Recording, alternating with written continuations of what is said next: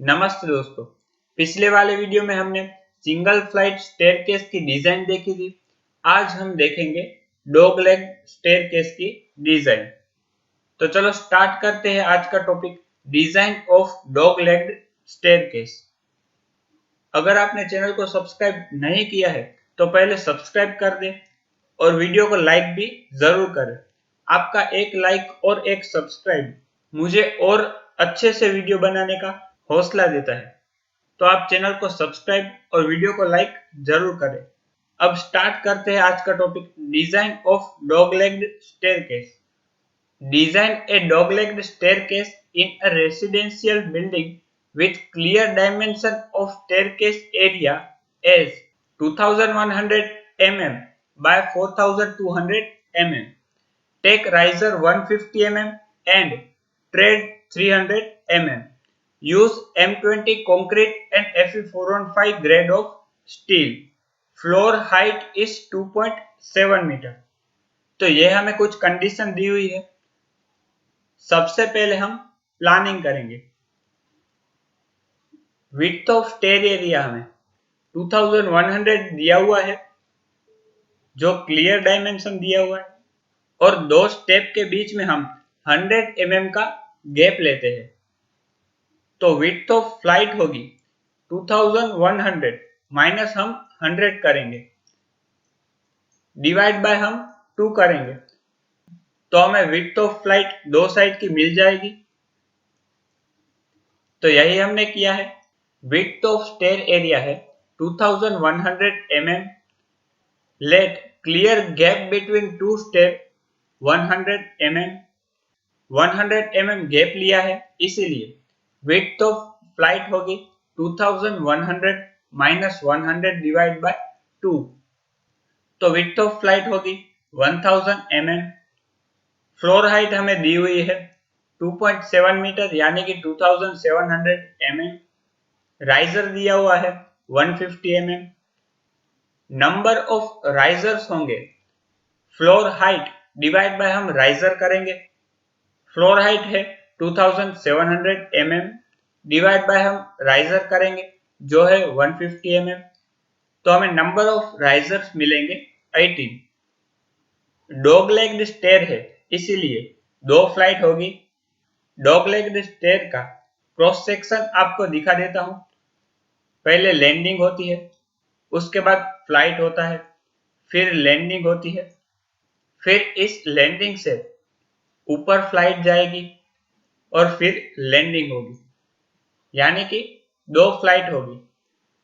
तो हमें total number of risers मिला है 18। तो हम प्रोवाइड करेंगे 9 राइजर्स इन ईच फ्लाइट। अब हम ट्रेड फाइंड करते हैं। For one flight tread is equal to risers minus 1, क्योंकि स्टेयर केस में पहले लैंडिंग होती है, फिर राइजर, फिर ट्रेड, फिर राइजर, फिर ट्रेड, फिर राइजर और लास्ट में फिर लैंडिंग होती है। यहां आप देख रहे हो, यहां राइजर्स है 1, 2 और 3 और ट्रेड है 1 और 2, यानी कि ट्रेड है राइजर माइनस 1। तो वन फ्लाइट में ट्रेड होंगे 8। वन ट्रेड 300 mm का है, वो हमें दिया हुआ है, इसीलिए total horizontal distance required for trade होगा 300 मल्टीप्लाइड बाय 8 करेंगे, तो हमें वैल्यू मिलेगी 2400 mm। ये आप हॉरिजॉन्टल डिस्टेंस देख रहे हो, ये है 2400 mm। लैंडिंग की विड्थ फाइंड करने के लिए हमें 4200 में से 2400 माइनस करना पड़ेगा, डिवाइड बाय हम 2 करेंगे, तो हमें ईच साइड लैंडिंग की विड्थ मिल जाएगी। तो यही हमने किया हुआ है। Width of landing at top and bottom होगा 4200, यानी कि टोटल क्लियर डायमेंशन में से ट्रेड का हॉरिजॉन्टल डिस्टेंस हम माइनस करेंगे, डिवाइड बाय हम 2 करेंगे। टॉप और बॉटम दो लैंडिंग है, इसीलिए हम डिवाइड बाय 2 करेंगे, तो हमें विड्थ ऑफ लैंडिंग मिलेगी 900 mm। हमने प्लानिंग देख ली। अब हम देखेंगे डिजाइन ऑफ लैंडिंग। हम वेस्ट स्लैब की थिकनेस 150 mm अज्यूम करते हैं। अब हम लैंडिंग पर कितना लोड लग रहा है वो कैलकुलेट करेंगे। सबसे पहले सेल्फ वेट ऑफ स्लैब होगा स्लैब की thickness multiplied by density of concrete, जो है 25 किलो न्यूटन पर मीटर क्यूब। तो हमें सेल्फ वेट ऑफ स्लैब मिलेगा 3.75 किलो न्यूटन पर मीटर स्क्वायर। फ्लोर फिनिश हमने अज्यूम किया है 1 किलो न्यूटन पर मीटर स्क्वायर। लाइव लोड हमने लिया है 3 किलो न्यूटन पर मीटर स्क्वायर। तो टोटल लोड होगा 7.75 किलो न्यूटन पर मीटर स्क्वायर। हम कंसीडर करते हैं 1 मीटर लेंथ ऑफ स्लैब, तो लोड होगा 7.75 किलो न्यूटन पर मीटर। हम लोड को फैक्टराइज करेंगे यानी कि 1.5 से मल्टीप्लाइड करेंगे, तो हमें फैक्टराइज लोड मिलेगा 11.625 किलो न्यूटन पर मीटर। अब हम इफेक्टिव स्पैन निकालते हैं। यहाँ सिंपली सपोर्टेड स्लैब है। सिंपली सपोर्टेड बीम और स्लैब का इफेक्टिव स्पैन कैसे निकालते हैं उस पर मैंने एक अलग से वीडियो बनाया हुआ है, उसकी लिंक मैंने डिस्क्रिप्शन बॉक्स में दी हुई है, आप वहां से जाके भी देख सकते हो। उस वीडियो में मैंने डिटेल में समझाया हुआ है। तो यहाँ इफेक्टिव स्पैन होगा clear span plus effective depth और centre to centre of supports. सबसे पहले हम इफेक्टिव डेप्थ फाइंड करेंगे। स्टेयरकेस के क्रॉस सेक्शन में आप देख रहे हो ये है लैंडिंग का पोर्शन। ये जो बार जा रहा है ये थ्रू आउट बार, ये फ्लाइट का है बार, ये वाला और ये वाला फ्लाइट का बार है, और लैंडिंग का रेनफोर्समेंट है ये वाला। यानी कि लैंडिंग का इफेक्टिव डेप्थ होगा overall depth minus clear cover करेंगे, माइनस हम फ्लाइट का डाया ऑफ बार करेंगे ये वाला, माइनस हम लैंडिंग का half the dia of the bar करेंगे, तो हमें लैंडिंग का इफेक्टिव डेप्थ मिल जाएगा। तो यही हमने किया है। Reinforcement will be in second layer at bottom, इसीलिए इफेक्टिव डेप्थ होगा ओवरऑल डेप्थ माइनस हमने क्लियर कवर 20 लिया है, माइनस हम अज्यूम करते हैं 10 mm डाया बार्स का, तो हम माइनस 10 करेंगे, माइनस हम half the dia of the bar करेंगे यानी कि 10/2 करेंगे, तो हमें इफेक्टिव डेप्थ मिलेगी 115 mm। अब कंडीशन 1 देखते हैं जो है clear span plus effective depth. Clear span है 2100 mm प्लस इफेक्टिव डेप्थ हमने फाइंड की 115, तो हमें वैल्यू मिलेगी 2215 mm। हम सपोर्ट 230 mm अज्यूम करते हैं, तो centre to centre of supports होगा 2330 mm। इन दोनों में से स्मॉलर वैल्यू है हमारी 2215 mm, यानी कि इफेक्टिव स्पैन होगा 2215 mm। अब बेंडिंग मोमेंट फाइंड करते हैं। सिंपली सपोर्टेड है इसीलिए बेंडिंग मोमेंट होगा WL²/8। W यानी कि फैक्टराइज लोड हमने फाइंड किया 11.625 किलो न्यूटन पर metre, multiplied by effective span हमने फाइंड किया 2215 mm। यहाँ mm को मीटर में कन्वर्ट किया है इसीलिए 2.215 लिया हुआ है, डिवाइड बाय हम 8 करेंगे तो हमें मोमेंट मिलेगी 7.13 किलो न्यूटन इंटू मीटर। अब हम percentage of tension reinforcement find करेंगे। Percentage of tension reinforcement find करने के लिए दो मेथड है, पहली है SP16 के हिसाब से और दूसरी है PT is equal to 50 multiplied by FCK divided by FY into 1 minus under root 1 minus 4.6 mu divided by FCK into BD square। यहाँ हम SP16 के हिसाब से percentage of tension reinforcement find करेंगे। तो हमें सबसे पहले mu divide by BD square find करना पड़ेगा। मोमेंट हमने फाइंड की 7.13 किलो न्यूटन इंटू मीटर। यहाँ किलो न्यूटन इंटू मीटर को न्यूटन इंटू mm में कन्वर्ट किया हुआ है, इसीलिए 10⁶ किया हुआ है। डिवाइड बाय विड्थ हम 1000 mm लेते हैं। इफेक्टिव डेप्थ हमने फाइंड की, मल्टीप्लाइड बाय इफेक्टिव डेप्थ हमने फाइंड की 115 mm। तो हमें mu बाय BD स्क्वायर की वैल्यू मिलेगी 0.54। अब हम SP16 में पेज नंबर 48 में टेबल नंबर 2 देखेंगे। यहाँ हमारी mu बाय BD स्क्वायर की वैल्यू 0.50 से लेकर 0.55 के बीच में होगी, यानी कि 0.143 से लेकर 0.158 के बीच में आएगी। तो हम इसका डिफरेंस निकालेंगे तो हमें परसेंटेज ऑफ टेंशन रेनफोर्समेंट मिलेगा 0.155%। तो एरिया ऑफ स्टील होगा PT by 100 into B into effective depth.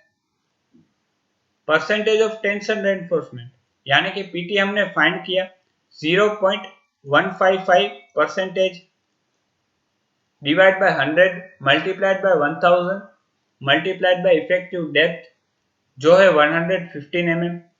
तो एरिया ऑफ स्टील होगा 178.25 mm स्क्वायर। IS 456-2000 में पेज नंबर 48 में क्लोज नंबर 26.5.2.1 में मिनिमम रेनफोर्समेंट कितना लेना है वो बताया हुआ है। 0.12% हाई स्ट्रेंथ डिफॉर्म्ड बार्स का लेना है। तो मिनिमम स्टील होगा 0.12 divide by 100 into B into overall depth जो है 150 mm। तो मिनिमम एरिया ऑफ स्टील होगा 180 mm स्क्वायर। तो हम प्रोवाइड करेंगे 8 mm डाया बार्स का 270 mm centre to centre distance. Spacing हम small AST divide by capital AST multiplied by 1000 से निकालते हैं। स्मॉल AST यानी कि area of bar divide by capital AST यानी कि area of steel. Small AST होगा π/4 multiplied by D square. D यानी कि डाया ऑफ बार। यहां हमने 8 mm डाया ऑफ बार लिया हुआ है, उसका स्क्वायर करेंगे मल्टीप्लाइड बाय π/4। तो हमें 8 mm डाया बार्स का एरिया ऑफ स्टील मिलेगा 50.26 mm स्क्वायर। तो हम 50.26 डिवाइड बाय 180 करेंगे मल्टीप्लाइड बाय 1000 करेंगे तो हमें स्पेसिंग मिलेगी 279 mm। तो हम प्रोवाइड करेंगे 270 mm। Spacing is equal to होता है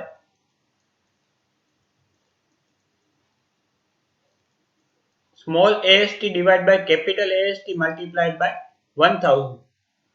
स्पेसिंग हमने फाइंड कर ली 270 mm।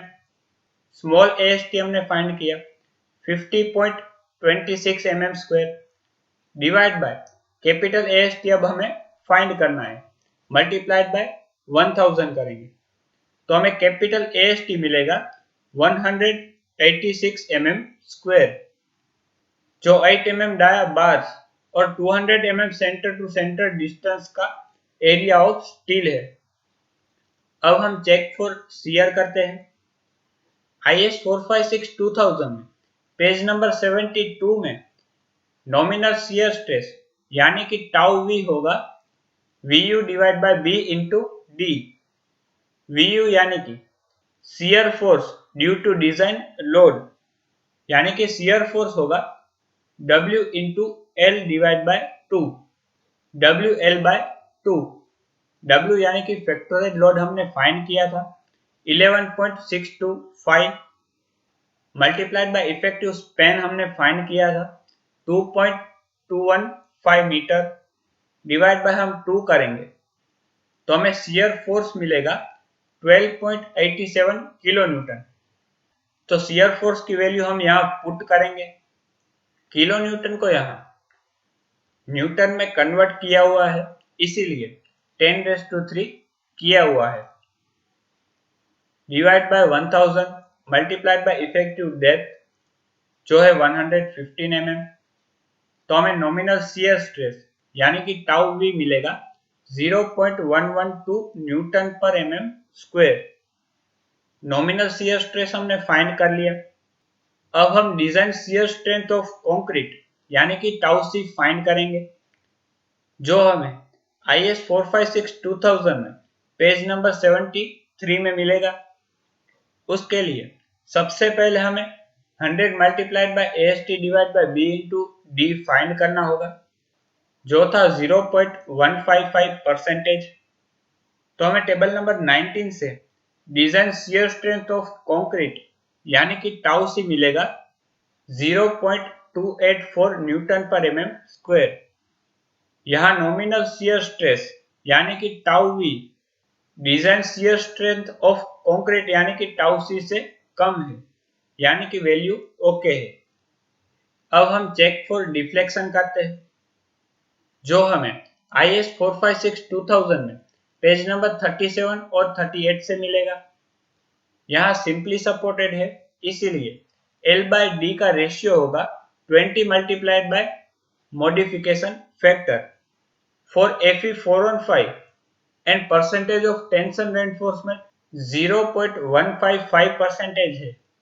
इसीलिए फिगर नंबर 4 से मॉडिफिकेशन फैक्टर हम निकालेंगे तो उसकी वैल्यू हमें मिलेगी 2। फिगर 4 में Fs होगा 0.58 मल्टीप्लाइड बाय Fy। Fy यानी कि कैरेक्टरिस्टिक स्ट्रेंथ ऑफ रेनफोर्समेंट जो है 415, यानी कि 0.58 मल्टीप्लाइड बाय 415 करेंगे तो Fs की वैल्यू मिलेगी 250 और परसेंटेज ऑफ टेंशन रेनफोर्समेंट हमारा है 0.155%। तो हमें इस फिगर 4 से मॉडिफिकेशन फैक्टर मिलेगा 2। तो हमारी परमिसिबल L/D की वैल्यू होगी 40 और एक्चुअल हमारी L/D की वैल्यू है L यानी कि इफेक्टिव स्पैन जो है 2215 डिवाइड बाय इफेक्टिव डेप्थ है 115 mm। तो हमारा एक्चुअल L/D का रेशियो होगा 19.26, यानी कि एक्चुअल L/D का रेशियो है वो परमिसिबल L/D के रेशियो से कम है, यानी कि सेफ इन डिफ्लेक्शन। अब चेक फॉर डेवलपमेंट लेंथ करते हैं, जो हमें IS 456-2000 में पेज नंबर 44 में क्लोज नंबर 26.2.3.3 में एक कंडीशन दी हुई है, जो है LD is less than or equal to 1.3 multiplied by M1 divided by V plus L0। यहाँ L0 की दो कंडीशन दी हुई है।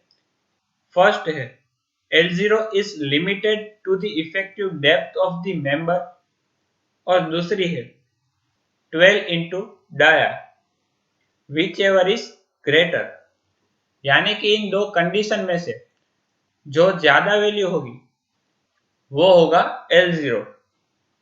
इफेक्टिव डेप्थ है 115 mm और 12 इंटू डाया करेंगे और डाया ऑफ बार है 8 mm, तो हम 12 इंटू 8 करेंगे तो हमें वैल्यू मिलेगी 96 mm।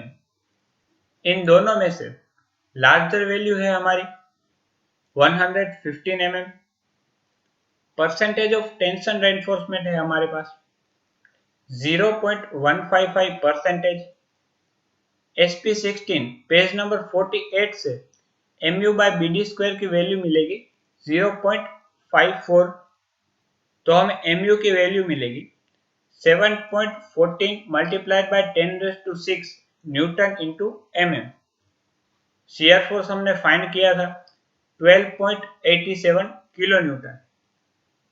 तो यहां हम सभी वैल्यू पुट करते हैं तो हमें वैल्यू मिलेगी 834.21 mm, यानी कि 835 mm। डेवलपमेंट लेंथ कैसे फाइंड करना है उस पर मैंने अलग से वीडियो बनाया हुआ है, उसकी लिंक मैंने डिस्क्रिप्शन बॉक्स में दी हुई है। उसमें मैंने SP16 के हिसाब से और IS 456 2000 के हिसाब से डेवलपमेंट लेंथ कैसे निकालना है वो अच्छे से एक्सप्लेन किया हुआ है, तो आप वो वीडियो जरूर देखें। तो यहाँ M20 ग्रेड ऑफ कंक्रीट है और Fe415 स्टील है। IS 456 2000 में पेज नंबर 42 में क्लोज नंबर 26.2.1 में ये फॉर्मूला दिया हुआ है। तो इस फॉर्मूले में सभी वैल्यू हम पुट करेंगे तो हमें वैल्यू मिलेगी 376 mm, जो हमारी रिक्वायर्ड डेवलपमेंट लेंथ है। 376 से 835 mm ज्यादा है, यानी कि वैल्यू ओके है। डिजाइन ऑफ लैंडिंग हमने देख ली, अब हम देखेंगे डिजाइन ऑफ फ्लाइट। स्पैन और लोडिंग दोनों फ्लाइट की सेम होगी, इसीलिए हम एक ही फ्लाइट की डिजाइन करेंगे। Span and loading on both the flight are the same, therefore let us design any one flight। Riser 150 mm है और ट्रेड 300 mm है, इसीलिए इंक्लाइनेड लेंथ होगी अंडर रूट ट्रेड का square plus under root riser का square, क्योंकि यहाँ 90 degree का एंगल बन रहा है, इसीलिए इंक्लाइनेड लेंथ होगी 335.41 mm। यहाँ 90 डिग्री का एंगल है, इसीलिए एरिया ऑफ वन स्टेप होगा 1/2 इंटू ट्रेड इंटू राइजर। तो एरिया ऑफ वन स्टेप हमें मिलेगा 0.0225 मीटर स्क्वायर। वेस्ट स्लैब की थिकनेस 150 mm है, 150 mm। तो एरिया ऑफ वेस्ट स्लैब होगा inclined length multiplied by thickness of slab. यहाँ इंक्लाइनेड लेंथ है 335.41 mm, उसको यहाँ मीटर में कन्वर्ट किया हुआ है, इसीलिए 0.33541 लिया हुआ है।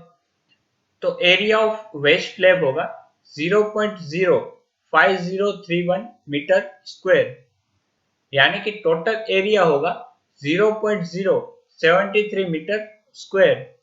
हम density of concrete 25 kilo newton पर मीटर क्यूब अज्यूम करते हैं।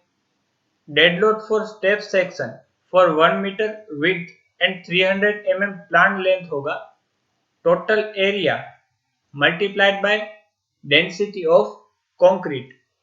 ये सब मैंने सिंगल फ्लाइट स्टेयरकेस की डिजाइन में अच्छे से एक्सप्लेन किया हुआ है, तो आप वो वीडियो ऊपर आई बटन प्रेस करके भी देख सकते हो और लिंक भी मैंने डिस्क्रिप्शन बॉक्स में दी हुई है।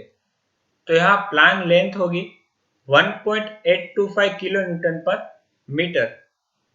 डेड लोड पर metre square on plan area होगा 1.825 मल्टीप्लाइड बाय 1000 डिवाइड बाय 300।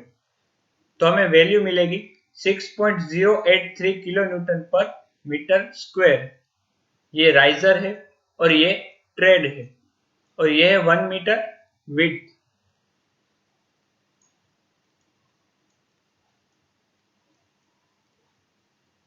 ये होगा प्लेन लेंथ और ये होगा प्लेन एरिया। हम अज्यूम करते हैं फ्लोर फिनिश 1 किलो न्यूटन पर मीटर स्क्वायर। लाइव लोड लेते हैं 3 किलो न्यूटन पर metre square on plane area. Plane area का हमने डेड लोड फाइंड किया था, जो था 6.083 प्लस फ्लोर फिनिश करेंगे प्लस लाइव लोड करेंगे तो हमें टोटल लोड मिलेगा 10.083 किलो न्यूटन पर मीटर स्क्वायर। उसे फैक्टोरेट करेंगे यानी कि 1.5 से मल्टीप्लाइड करेंगे तो हमें फैक्टोरेट लोड मिलेगा 15.125 किलो न्यूटन पर metre square. Width of staircase है 1 मीटर, तो डिजाइन लोड होगा 15.125 किलो न्यूटन पर मीटर। यह हमारा डिजाइन लोड फ्लाइट का है। और लैंडिंग का हमने डिजाइन लोड आगे फाइंड किया था, जो था 11.625 किलो न्यूटन पर मीटर।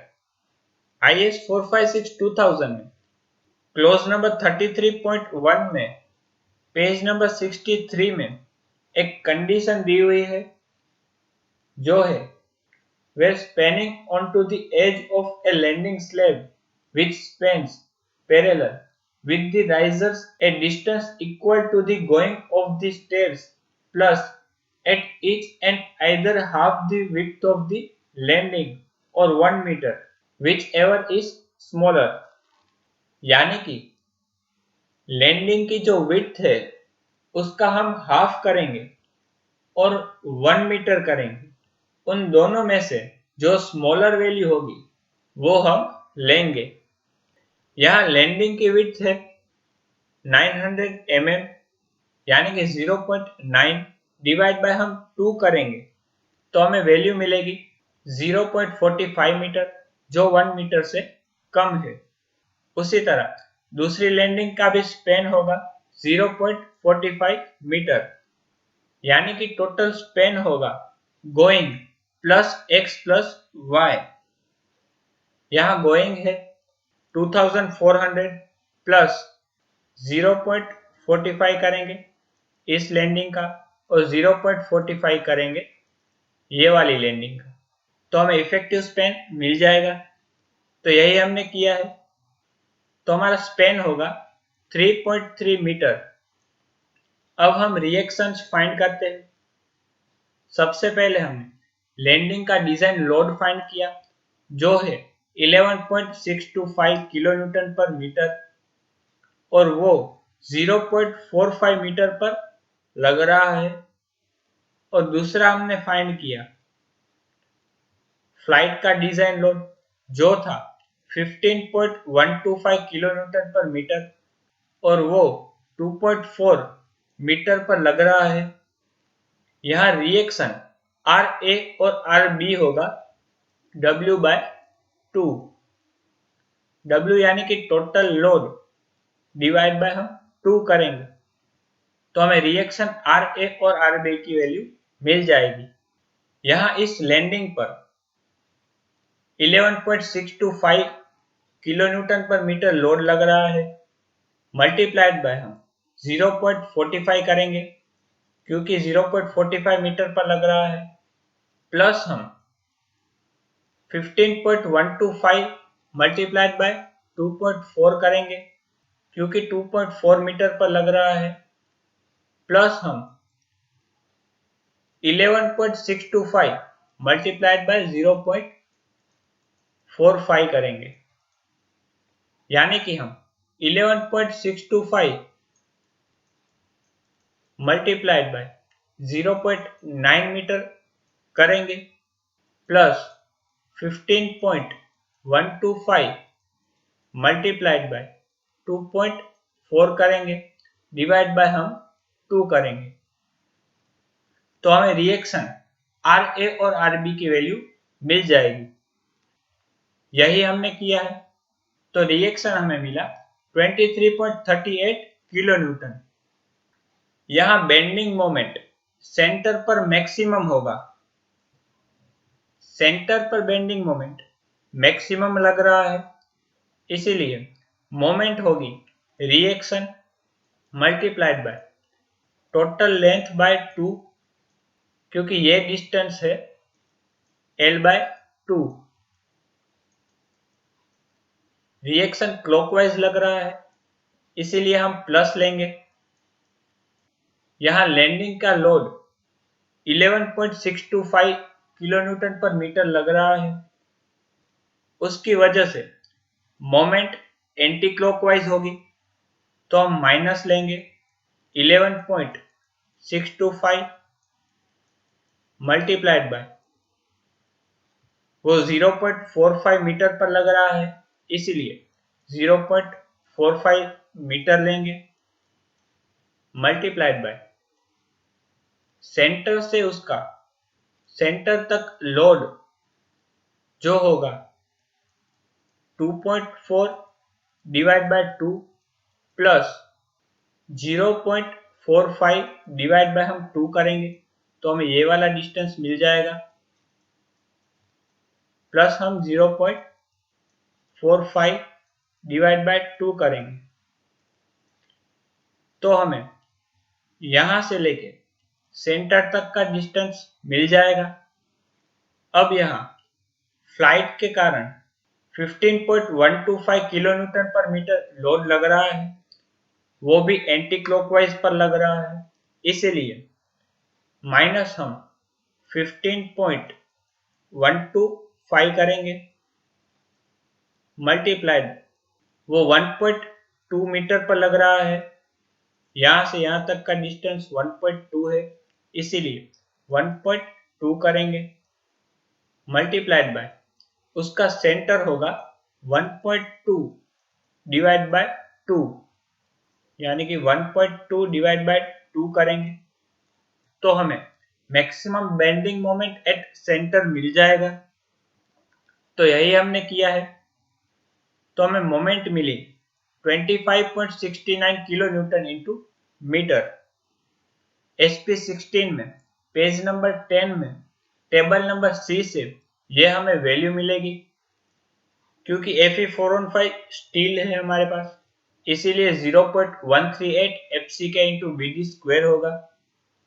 तो यहाँ मोमेंट हमने फाइंड कर ली 25.69 मल्टीप्लाइड बाय 10⁶, क्योंकि यहाँ किलो न्यूटन इंटू मीटर को न्यूटन इंटू mm में कन्वर्ट किया है, इसीलिए 10⁶ किया हुआ है, is equal to 0.138 multiplied by FCK यानी कि कैरेक्टरिस्टिक स्ट्रेंथ ऑफ कंक्रीट है 20 multiplied by 1000 multiplied by depth, तो हमें डेप्थ मिलेगी 96.47 mm, जो हमारी रिक्वायर्ड डेप्थ है, और हमारी इफेक्टिव डेप्थ प्रोवाइडेड है overall depth minus clear cover minus half the dia of the bar, जो हमारी होगी 125 mm। यहां आप इस क्रॉस सेक्शन में देख रहे हो, यह है फ्लाइट और यह है फ्लाइट का बार। ओवरऑल डेप्थ है 150 mm, माइनस हम क्लियर कवर करेंगे, माइनस हम फ्लाइट के बार का डाया डिवाइड बाय 2 करेंगे, तो हमें इफेक्टिव डेप्थ मिल जाएगी। सिंगल फ्लाइट स्टेयरकेस के डिजाइन में मैंने यहाँ half the dia of the bar ले लिया था और यहाँ full the dia of the bar ले लिया था, तो ये एक छोटा सा करेक्शन है। सही इफेक्टिव डेप्थ है overall depth minus clear cover minus half the dia of the bar, क्योंकि इफेक्टिव डेप्थ होता है overall depth minus effective cover. Effective cover होता है मेन बार डिवाइड बाय 2, क्योंकि इफेक्टिव कवर मेन बार के सेंटर तक होता है। ऑलवेज हम इफेक्टिव डेप्थ मेन बार के सेंटर से लेते हैं, क्योंकि मेन बार एनवायरमेंट के सबसे करीब होता है, इसीलिए इफेक्टिव कवर मेन बार के सेंटर से लेते हैं।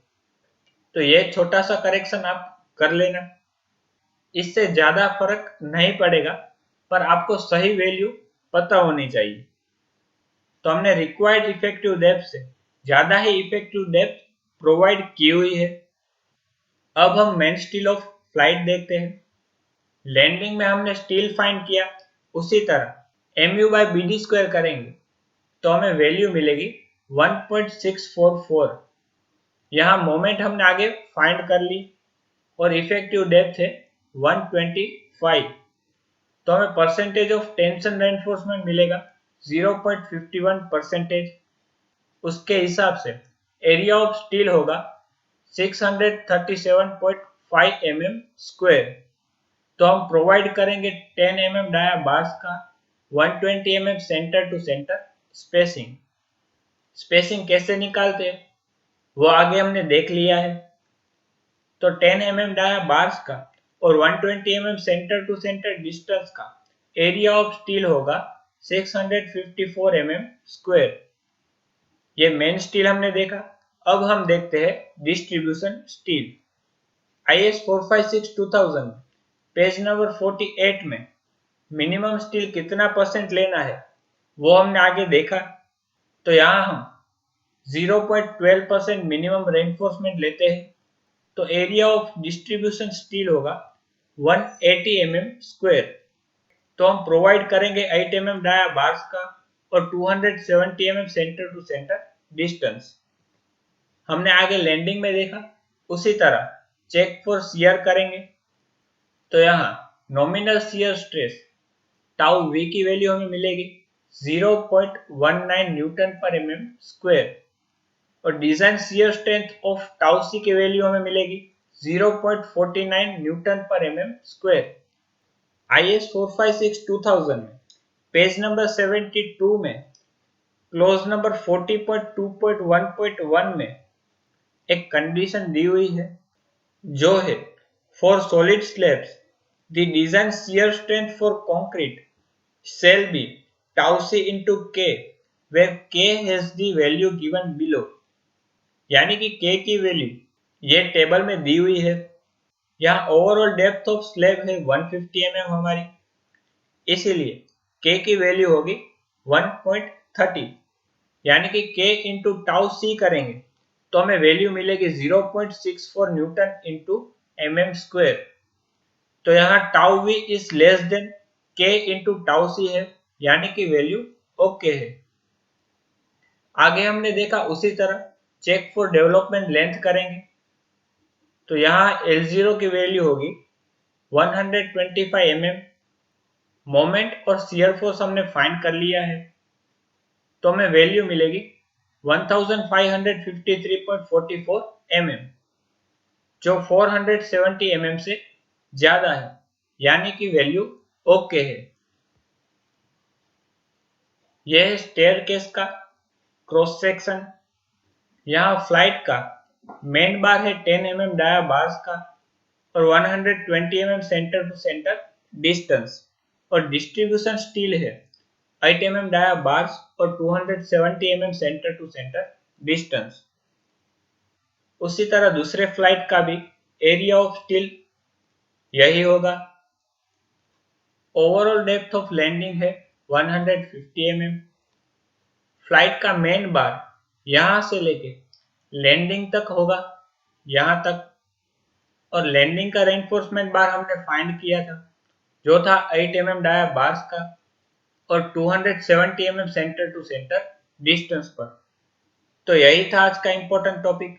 अगर ये वीडियो आपको अच्छा लगा है तो आप वीडियो को लाइक करें, चैनल को सब्सक्राइब करें और बेल आइकन दबाना ना भूलें ताकि मेरी हर वीडियो की नोटिफिकेशन आप तक तुरंत मिल जाए।